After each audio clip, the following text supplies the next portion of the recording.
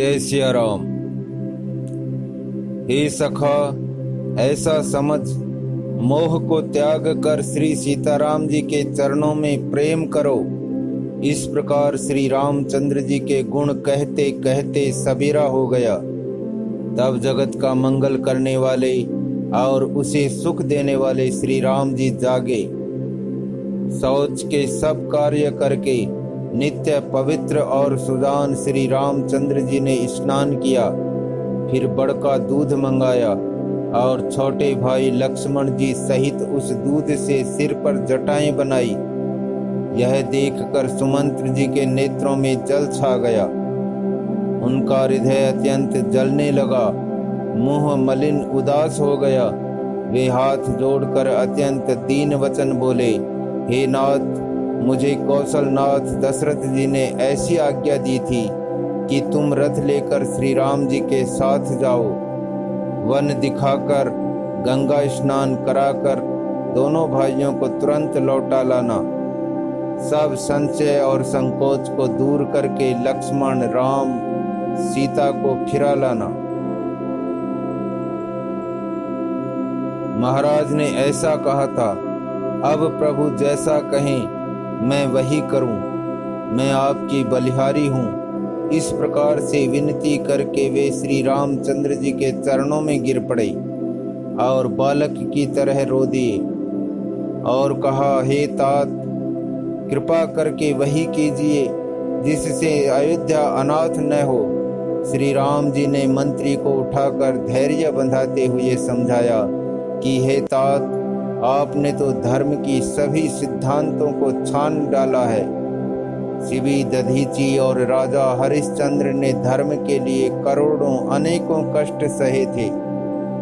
बुद्धिमान राजा रंतिदेव और बलि बहुत से संकट सहकर भी धर्म को पकड़े रहे। उन्होंने धर्म का परित्याग नहीं किया। वेद, शास्त्र और पुराणों में कहा गया है कि सत्य के समान दूसरा धर्म नहीं है। मैंने उस धर्म को सहज ही पा लिया है। इस सत्य रूपी धर्म का त्याग करने से तीनों लोकों में अपयश छा जाएगा। प्रतिष्ठित पुरुष के लिए अपयश की प्राप्ति करोड़ों मृत्यु के समान भीषण संताप देने वाली है।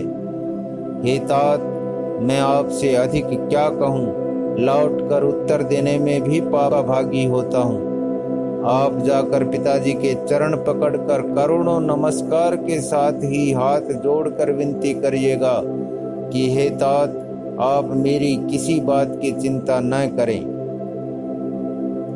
आप भी पिता के समान ही मेरे बड़े हितैषी हैं।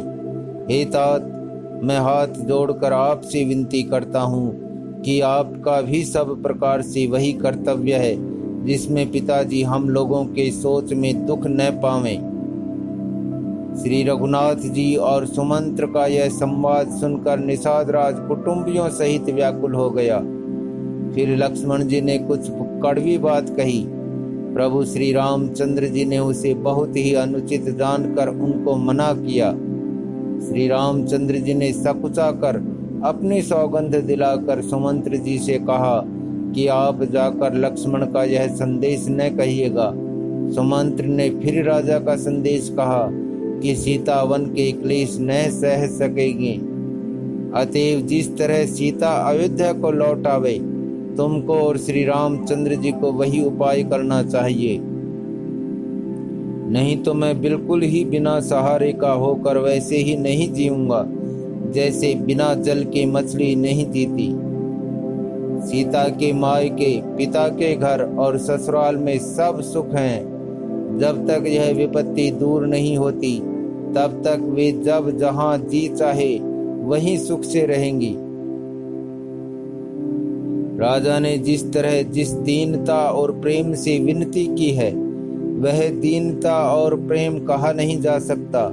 कृपा निधान श्री रामचंद्र जी ने पिता का संदेश सुनकर सीता जी को करोड़ों अनेकों प्रकार से सीख दी। उन्होंने कहा, जो तुम घर लौट जाओ तो सास, ससुर, गुरु, प्रियजन एवं कुटुंबी सबकी चिंता मिट जाए। पति के वचन सुनकर जानकी जी कहती हैं, हे प्राणपति, हे परम स्नेही, सुनिए, हे प्रभु, आप करुणामयी और परम ज्ञानी हैं, कृपा करके विचार तो कीजिए, शरीर को छोड़कर छाया अलग कैसे रोकी रह सकती है? सूर्य की प्रभा सूर्य को छोड़कर कहाँ जा सकती है, और चांदनी चंद्रमा को त्याग कर कहाँ जा सकती है?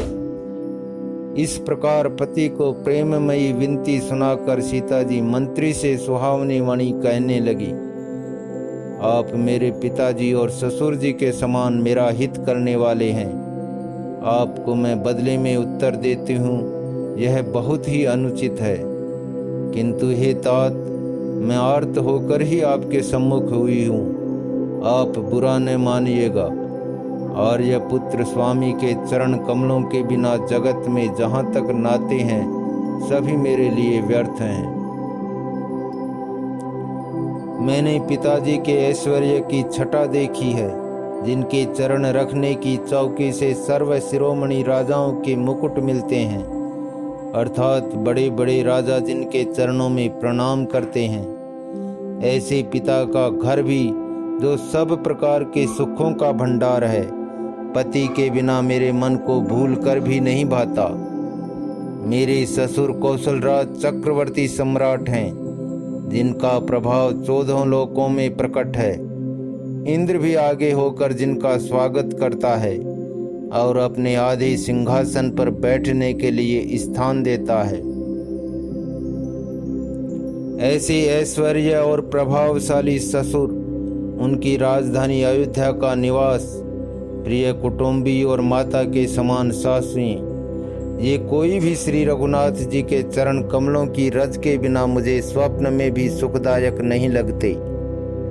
दुर्गम रास्ते, जंगली धरती, पहाड़, हाथी, सिंह, अथाह तालाब एवं नदियाँ, कौल, भील, हिरन और पक्षी प्राणपति श्री रघुनाथ जी के साथ रहते, ये सभी मुझे सुख देने वाले होंगे। अतः सास और ससुर के पांव पड़कर मेरी ओर से विनती कीजिएगा कि वे मेरा कुछ भी सोच न करें। मैं वन में स्वभाव से ही सुखी हूँ। वीरों में अग्रगण्य तथा धनुष और बाणों से भरे तरकस धारण किए मेरे प्राणनाथ और प्यारे देवर साथ हैं। इससे मुझे न रास्ते की थकावट है, न भ्रम है, और न मेरे मन में कोई दुख ही है। आप मेरे लिए भूलकर भी सोच न करें। सुमंत्र सीता जी की शीतल वाणी सुनकर ऐसे व्याकुल हो गए जैसे सांप मणिक हो जाने पर। नेत्रों से कुछ सूझता नहीं, कानों से सुनाई नहीं देता। वे बहुत व्याकुल हो गए, कुछ कह नहीं सकते। श्री रामचंद्र जी ने उनका बहुत प्रकार से समाधान किया, तो भी उनकी छाती ठंडी नहीं हुई। साथ चलने के लिए मंत्री ने अनेकों यत्न किए, युक्तियां पेश की, पर रघुनंदन श्री राम जी उन सब युक्तियों का यथोचित उत्तर देते गए। श्री राम जी की आज्ञा मेटी नहीं जा सकती। कर्म की गति कठिन है, उस पर कुछ भी वश नहीं चलता। श्री राम, लक्ष्मण और सीता जी के चरणों में सिर नवाकर सुमंत्र इस तरह लौटे जैसे कोई व्यापारी अपना मूलधन पूंजी गंवा कर लौटे। सुमंत्र ने रथ को हाँका। घोड़े श्री रामचंद्र जी की ओर देख देख कर हिनहिनाते हैं। यह देख कर निषाद लोग विषाद के वश होकर सिर धुन धुन कर पीट पीट कर पछताते हैं। जिनके वियोग में पशु इस प्रकार व्याकुल हैं, उनके वियोग में प्रजा, माता और पिता कैसे जीते रहेंगे। श्री रामचंद्र जी ने जबरदस्ती सुमंत्र को लौटाया। तब आप गंगा जी के तीर पर आए।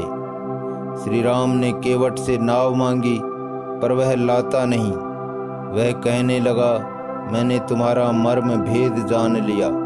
तुम्हारे चरण कमलों की धूल के लिए सब लोग कहते हैं कि वह मनुष्य बना देने वाली कोई जड़ी है, जिसके छूते ही पत्थर की शिला सुंदरी स्त्री हो गई। मेरी नाव तो काठ की है, काठ पत्थर से कठोर तो होता नहीं। मेरी नाव भी मुनि की स्त्री हो जाएगी और इस प्रकार मेरी नाव उड़ जाएगी। मैं लुट जाऊंगा अथवा रास्ता रुक जाएगा, जिससे आप पार न हो सकेंगे, और मेरी रोजी मारी जाएगी, मेरी कमाने खाने की राह ही मारी जाएगी। मैं तो इसी नाव से सारे परिवार का पालन पोषण करता हूँ, दूसरा कोई धंधा नहीं जानता। हे प्रभु, यदि तुम अवश्य ही पार जाना चाहते हो तो मुझे पहले अपने चरण कमल पखारने धो लेने के लिए कह दो। हे नाथ, मैं चरण कमल धोकर आप लोगों को नाव पर चढ़ा लूंगा। मैं आपसे कुछ उतराई नहीं चाहता। हे राम, मुझे आपकी दुहाई और दशरथ जी के सौगंध है, मैं सब सच सच कहता हूँ। लक्ष्मण भले ही मुझे तीर मारे, पर जब तक मैं पैरों को पखारने लूंगा तब तक हे तुलसीदास के नाथ, हे कृपालु, मैं पार नहीं उतारूंगा। केवट के प्रेम में लपेटे हुए अटपटे वचन सुनकर करुणाधाम श्री रामचंद्र जी जानकी जी और लक्ष्मण जी की ओर देख कर हंसे। कृपा के समुद्र श्री रामचंद्र जी केवट से मुस्कुरा कर बोले, भाई तू वही कर जिससे तेरी नाव न जाए। जल्दी पानी ला और पैर धो ले, देर हो रही है, पार उतार दे।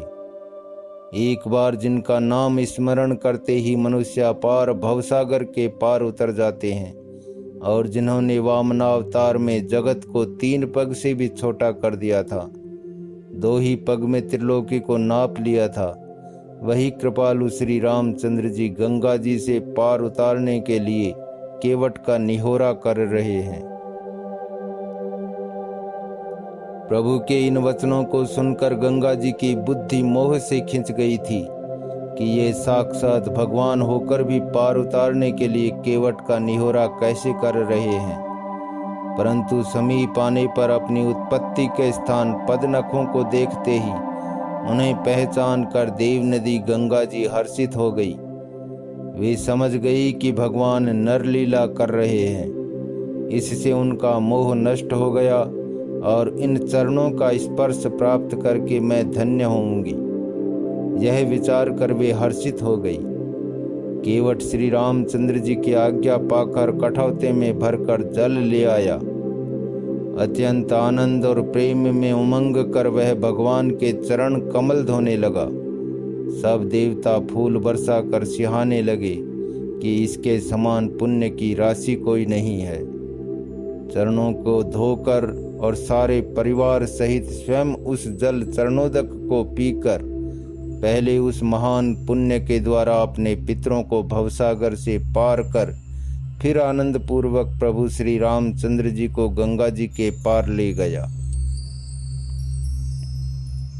निषादराज और लक्ष्मण जी सहित श्री सीता जी और श्री रामचंद्र जी नाव से उतरकर गंगा जी की रेत बालू में खड़े हो गए।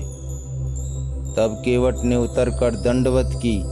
उसको दंडवत करते देखकर प्रभु को संकोच हुआ कि इसको कुछ दिया नहीं। पति के हृदय की जानने वाली सीता जी ने आनंद भरे मन से अपनी रत्न जड़ित अंगूठी अंगुली से उतारी। कृपालु श्री रामचंद्र जी ने केवट से कहा, नाव की उतराई लो। केवट ने व्याकुल होकर चरण पकड़ लिए। उसने कहा, हे नाथ, आज मैंने क्या नहीं पाया। मेरे दोष, दुख और दरिद्रता की आग आज बुझ गई है। मैंने बहुत समय तक मजदूरी की, विधाता ने आज बहुत अच्छी भरपूर मजदूरी दे दी। हे नाथ, हे दीनदयाल, आपकी कृपा से अब मुझे कुछ नहीं चाहिए। लौटती बार आप मुझे जो कुछ देंगे वह प्रसाद मैं सिर चढ़ा कर लूंगा। प्रभु श्री राम जी, लक्ष्मण जी और सीता जी ने बहुत आग्रह या पर यत्न किया, पर केवट कुछ नहीं लेता। तब करुणा के धाम भगवान श्री रामचंद्र जी ने निर्मल भक्ति का वरदान देकर उसे विदा किया। फिर रघुकुल के स्वामी श्री रामचंद्र जी ने स्नान करके पार्थिव पूजा की और शिव जी को सिर नवाया।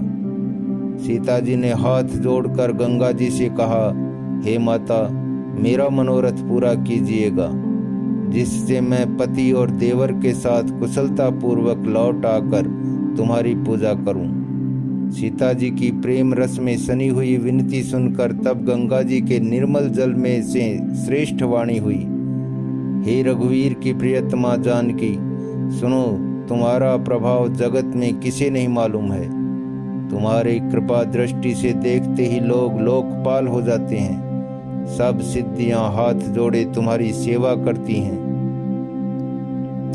तुमने जो मुझको बड़ी विनती सुनाई, यह तो मुझ पर कृपा की और मुझे बढ़ाई दी है।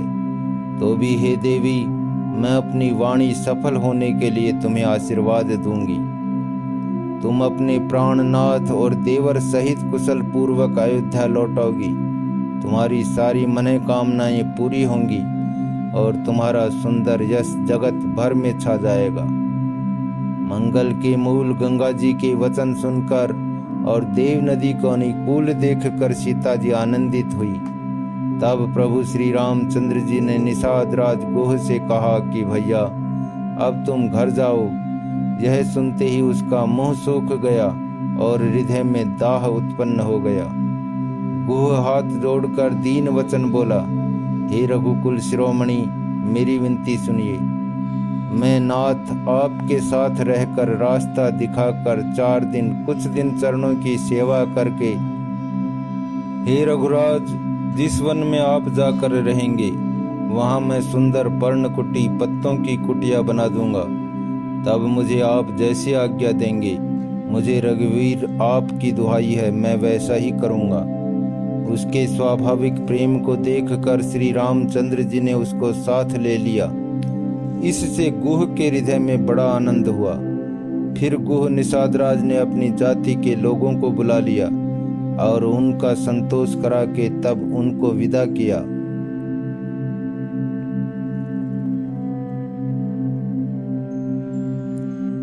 तब प्रभु श्री रघुनाथ जी गणेश जी और शिव जी का स्मरण करके तथा गंगा जी को मस्तक नवाकर सखा निषादराज, छोटे भाई लक्ष्मण जी और सीता जी सहित वन को चले।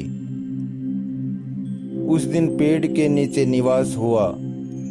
लक्ष्मण जी और सखा गुह ने विश्राम की सब सुव्यवस्था कर दी। प्रभु श्री रामचंद्र जी ने सवेरे प्रातःकाल की सब क्रियाएं करके जाकर तीर्थों के राजा प्रयाग के दर्शन किए। उस राजा का सत्य मंत्री है, श्रद्धा प्यारी स्त्री है और श्री वेणी माधव जी सरीखे हितकारी मित्र हैं। 4 पदार्थों धर्म, अर्थ, काम और मोक्ष से भंडार भरा है और वह पुण्यमय प्रांत ही उस राजा का सुंदर देश है। प्रयाग क्षेत्र ही दुर्गम, मजबूत और सुंदर गढ़ किला है, जिसको स्वप्न में भी पाप रूपी शत्रु नहीं पा सके हैं। संपूर्ण तीर्थ ही उसके श्रेष्ठ वीर सैनिक हैं, जो पाप की सेना को कुचल डालने वाले और बड़े रणधीर हैं। गंगा, यमुना और सरस्वती का संगम ही उसका अत्यंत सुशोभित सिंहासन है। अक्षयवट छत्र है और मुनियों के भी मन को मोहित कर लेता है। यमुना जी और गंगा जी की तरंगे उसके श्याम और श्वेत चमर हैं, जिनको देखकर ही दुख और दरिद्रता नष्ट हो जाती है। पुण्यात्मा पवित्र साधु उसकी सेवा करते हैं और सब मनोरथ पाते हैं। वेद और पुराणों के समूह भाट हैं, जो उसके निर्मल गुण गणों का बखान करते हैं। पापों के समूह रूपी हाथी के मारने के लिए सिंह रूप प्रयागराज का प्रभाव, महत्व, महात्म्य कौन कह सकता है। ऐसे सुहावने तीर्थराज का दर्शन कर सुख के समुद्र रघुकुल श्रेष्ठ श्री राम जी ने भी सुख पाया।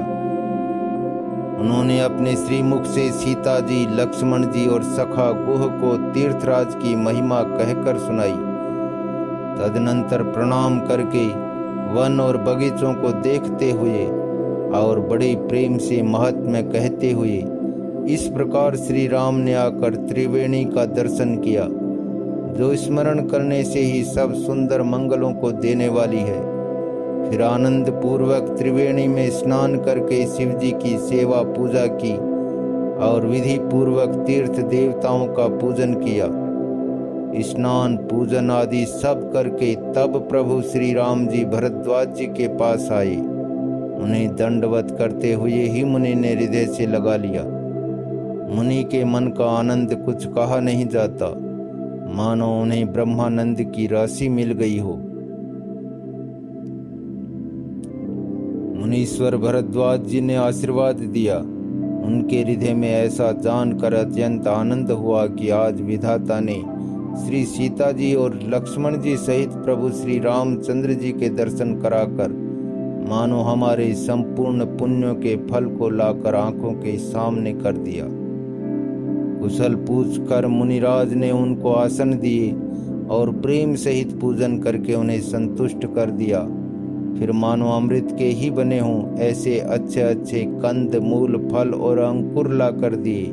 सीता जी, लक्ष्मण जी और सेवक गुह सहित श्री रामचंद्र जी ने उन सुंदर मूल फलों को बड़ी रुचि के साथ खाया। थकावट दूर होने से श्री रामचंद्र जी सुखी हो गए। तब भरद्वाज जी ने उनसे कोमल वचन कहे, हे राम, आपका दर्शन करते ही आज मेरा तप, तीर्थ सेवन और त्याग सफल हो गया। आज मेरा जप, योग और वैराग्य सफल हो गया और आज मेरे संपूर्ण शुभ साधनों का समुदाय भी सफल हो गया। लाभ की सीमा और सुख की सीमा प्रभु के दर्शन को छोड़कर दूसरी कुछ भी नहीं है। आपके दर्शन से मेरी सब आशाएं पूर्ण हो गई। अब कृपा करके यह वरदान दीजिए कि आपके चरण कमलों में मेरा स्वाभाविक प्रेम हो। जब तक कर्म, वचन और मन से छल छोड़कर मनुष्य आपका दास नहीं हो जाता, तब तक करोड़ों उपाय करने से भी स्वप्न में भी वह सुख नहीं पाता। मुनि के वचन सुनकर उनकी भाव भक्ति के कारण आनंद से तृप्त हुए भगवान श्री रामचंद्र जी लीला की दृष्टि से सकुचा गए। तब अपने ऐश्वर्य को छिपाते हुए श्री रामचंद्र जी ने भरद्वाज मुनि का सुंदर सुयश करोड़ों अनेकों प्रकार से कहकर सबको सुनाया। उन्होंने कहा, हे मुनीश्वर, जिसको आप आदर दें वही बड़ा है और वही सब गुणों समूहों का घर है। इस प्रकार श्री राम जी और मुनि भरद्वाज जी दोनों परस्पर विनम्र हो रहे हैं और अनिवर्चनीय सुख का अनुभव कर रहे हैं। यह श्री राम, लक्ष्मण और सीता जी के आने की खबर पाकर प्रयाग निवासी ब्रह्मचारी, तपस्वी, मुनि, सिद्ध और उदासी सब श्री दशरथ जी के सुंदर पुत्रों को देखने के लिए भरद्वाज जी के आश्रम पर आए। श्री रामचंद्र जी ने सब किसी को प्रणाम किया। नेत्रों का लाभ पाकर सब आनंदित हो गए और परम सुख पाकर आशीर्वाद देने लगे। श्री राम जी के सौंदर्य की सराहना करते हुए वे लौटे। श्री राम जी ने रात को वहीं विश्राम किया और प्रातः काल प्रयागराज का स्नान करके और प्रसन्नता के साथ मुनि को सिर नवाकर श्री सीता जी, लक्ष्मण जी और सेवक गुह के साथ वे चले। चलते समय बड़े प्रेम से श्री राम जी ने मुनि से कहा, हे नाथ, बताइए हम किस मार्ग से जाएं? मुनि मन में हंसकर श्री राम जी से कहते हैं कि आपके लिए सभी मार्ग सुगम हैं। फिर उनके साथ के लिए मुनि ने शिष्यों को बुलाया। साथ जाने की बात सुनते ही चित्त में हर्षित हो कोई 50 शिष्य आ गए। सभी का श्री राम जी पर अपार प्रेम है। सभी कहते हैं कि मार्ग हमारा देखा हुआ है। तब मुनि ने चुनकर 4 ब्रह्मचारियों को साथ कर दिया, जिन्होंने बहुत जन्मों तक सब सुकृत पुण्य किए थे। श्री रघुनाथ जी प्रणाम कर और ऋषि की आज्ञा पाकर हृदय में बड़े ही आनंदित होकर चले। जब वे किसी गांव के पास होकर निकलते हैं, तब स्त्री पुरुष दौड़कर उनके रूप को देखने लगते हैं। जन्म का फल पाकर वे सदा के अनाथ सनाथ हो जाते हैं और मन को नाथ के साथ भेजकर शरीर से साथ न रहने के कारण दुखी होकर लौट आते हैं। तदनंतर श्री राम जी ने विनती करके 4 ब्रह्मचारियों को विदा किया। वे मनचाही वस्तु अनन्य भक्ति पाकर लौटे। यमुना जी के पार उतरकर सबने यमुना जी के जल में स्नान किया। जो श्री रामचंद्र जी के शरीर के समान ही श्याम रंग का था। यमुना जी के किनारे पर रहने वाले स्त्री पुरुष यह सुनकर कि निषाद के साथ दो परम सुंदर सुकुमार नवयुवक और एक परम सुंदरी स्त्री आ रही है, सब अपना अपना काम भूल कर दौड़े और लक्ष्मण जी, श्री राम जी और सीता जी का सौंदर्य देखकर अपने भाग्य की बड़ाई करने लगे। उनके मन में परिचय जानने की बहुत सी लालसाएं भरी हैं, पर वे नाम गांव पूछते सकुचाते हैं। उन लोगों में जो वयोवृद्ध और चतुर थे, उन्होंने युक्ति से श्री रामचंद्र जी को पहचान लिया। उन्होंने सब कथा सब लोगों को सुनाई कि पिता की आज्ञा पाकर ये वन को चले हैं। यह सुनकर सब लोग दुखित हो पछता रहे हैं कि रानी और राजा ने अच्छा नहीं किया। उसी अवसर पर वहां एक तपस्वी आया, जो तेज का पुंज, छोटी अवस्था का और सुंदर था। उसकी गति कवि नहीं जानते, अथवा वह कवि था जो अपना परिचय नहीं देना चाहता। वह वैरागी के वेश में था और मन, वचन तथा कर्म से श्री रामचंद्र जी का प्रेमी था। अपने इष्ट देव को पहचान कर उसके नेत्रों में जल भर आया और शरीर पुलकित हो गया। वह दंड की भांति पृथ्वी पर गिर पड़ा।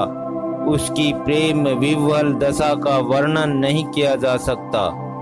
श्री राम जी ने प्रेम पूर्वक पुलकित होकर उसको हृदय से लगा लिया। उसे इतना आनंद हुआ मानो कोई महादरिद्री मनुष्य पारस पा गया हो। सब कोई देखने वाले कहने लगे कि मानो प्रेम और परमार्थ, परम तत्व दोनों शरीर धारण करके मिल रहे हैं। फिर वह लक्ष्मण जी के चरणों लगा। उन्होंने प्रेम से उमंग कर उसको उठा लिया। फिर उसने सीता जी की चरण धूलि को अपने सिर पर धारण किया। माता सीता जी ने भी उसको अपना बच्चा जानकर आशीर्वाद दिया। फिर निषाद राज ने उसको दंडवत की। श्री रामचंद्र जी का प्रेमी जानकर वह उस निषाद से आनंदित होकर मिला।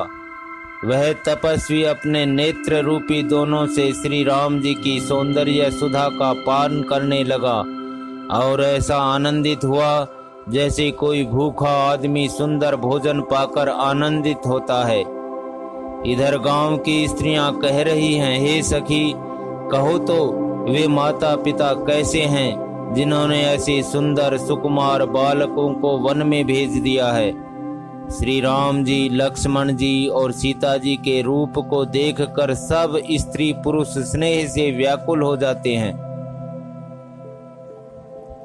तब श्री रामचंद्र जी ने सखा गोह को अनेकों तरह से घर लौट जाने के लिए समझाया। श्री रामचंद्र जी की आज्ञा को सिर चढ़ाकर उसने अपने घर को गमन किया। फिर सीता जी, श्री राम जी और लक्ष्मण जी ने हाथ जोड़कर यमुना जी को पुनः प्रणाम किया और सूर्य कन्या यमुना जी की बड़ाई करते हुए सीता जी सहित दोनों भाई प्रसन्नता पूर्वक चले। रास्ते में जाते हुए उन्हें अनेकों यात्री मिलते हैं। वे दोनों भाइयों को देखकर उनसे प्रेम पूर्वक कहते हैं कि तुम्हारे सब अंगों में राज चिन्ह देखकर हमारे हृदय में बड़ा शौच होता है।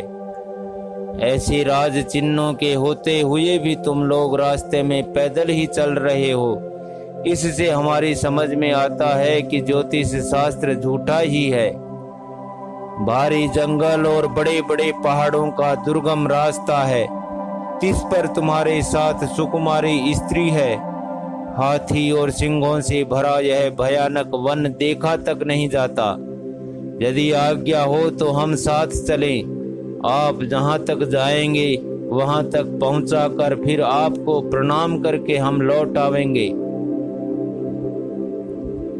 इस प्रकार वे यात्री प्रेमवश पुलकित शरीर हो और नेत्रों में प्रेमाश्रुओं का जल भरकर पूछते हैं, किंतु कृपा के समुद्र श्री रामचंद्र जी कोमल विनय युक्त वचन कहकर उन्हें लौटा देते हैं।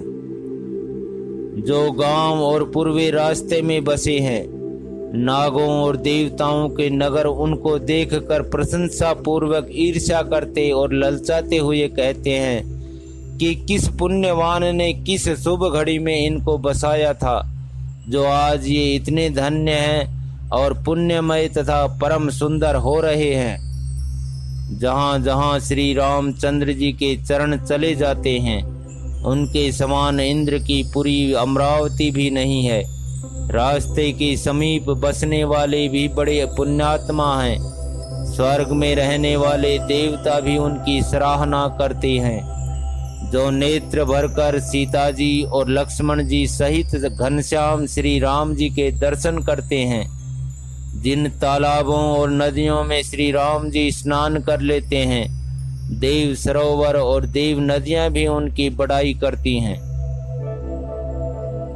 जिस वृक्ष के नीचे प्रभु जा बैठते हैं, कल्प वृक्ष भी उसकी बड़ाई करते हैं।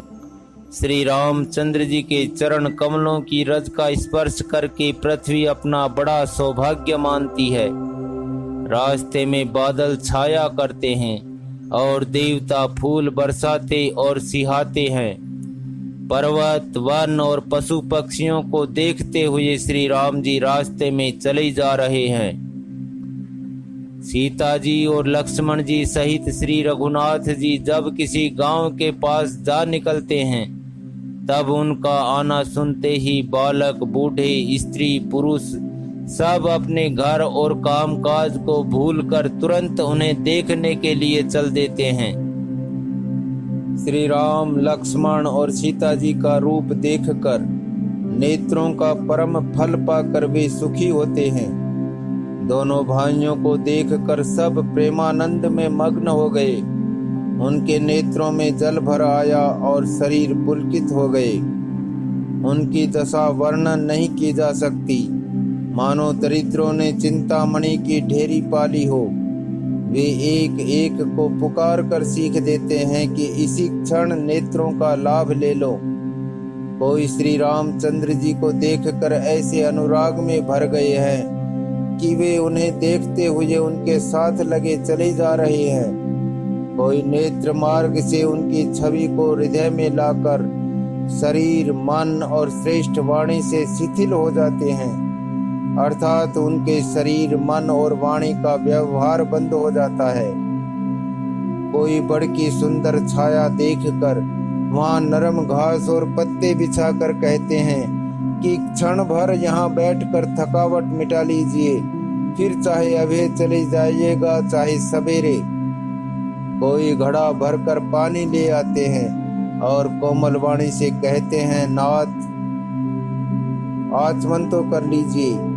उनके प्यारे वचन सुनकर और उनका अत्यंत प्रेम देखकर दयालु और परम सुशील श्री रामचंद्र जी ने मन में सीता जी को थकी हुई जानकर घड़ी भर बड़की छाया में विश्राम किया।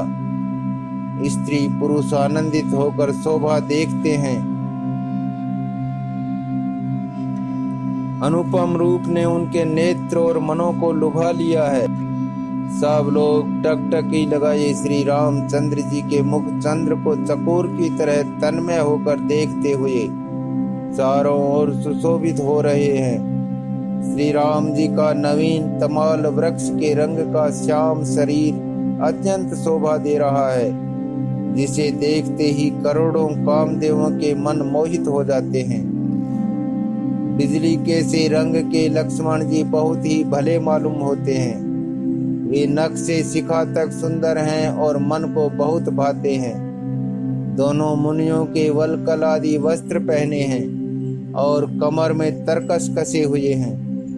कमल के समान हाथों में धनुष बाण शोभित हो रहे हैं। उनके सिरों पर सुंदर जटाओं के मुकुट हैं। वक्ष स्थल, भुजा और नेत्र विशाल हैं और शरद पूर्णिमा के चंद्रमा के समान सुंदर मुखों पर पसीने की बूंदों का समूह शोभित हो रहा है। उस मनोहर जोड़ी का वर्णन नहीं किया जा सकता, क्योंकि शोभा बहुत अधिक है और मेरी बुद्धि थोड़ी है। श्री राम, लक्ष्मण और सीता जी की सुंदरता को सब लोग मन, चित्त और बुद्धि तीनों को लगाकर देख रहे हैं। प्रेम के प्यासे वे गांवों के स्त्री पुरुष इनके सौंदर्य माधुर्य की छटा देखकर ऐसे थकित रह गए जैसे दीपक को देखकर हिरनी और हिरन निस्तब्ध रह जाते हैं। गांवों की स्त्रियां सीता जी के पास जाती हैं, परंतु अत्यंत स्नेह के कारण पूछते सकुचाती हैं। बार बार सब उनके पांव लगती और सहज ही सीधे सादे कोमल वचन कहती हैं, हे राजकुमारी, हम विनती करती कुछ निवेदन करना चाहती हैं, परंतु स्त्री स्वभाव के कारण कुछ पूछते हुए डरती हैं। हे स्वामिनी, हमारी ढिठाई क्षमा कीजिएगा और हमको गंवारी जानकर बुरा न मानिएगा। ये राजकुमार स्वभाव से ही लावण्यमय परम सुंदर है। मरकत मणि पन्ने और स्वर्ण ने कांति इन्हीं से पाई है, अर्थात मरकत मणि में और स्वर्ण में जो हरित और स्वर्ण वर्ण की आभा है वह इनकी हरिताभ नील और स्वर्ण कांति के एक कण के बराबर भी नहीं है। श्याम और गौर वर्ण है, सुंदर किशोर अवस्था है, दोनों ही परम सुंदर और शोभा के धाम है। शरद पूर्णिमा के चंद्रमा के समान इनके मुख और शरद ऋतु के कमल के समान इनके नेत्र हैं। मास पारायण 16वां विश्राम। सियावर रामचंद्र जी की जय। उमापति महादेव जी की जय।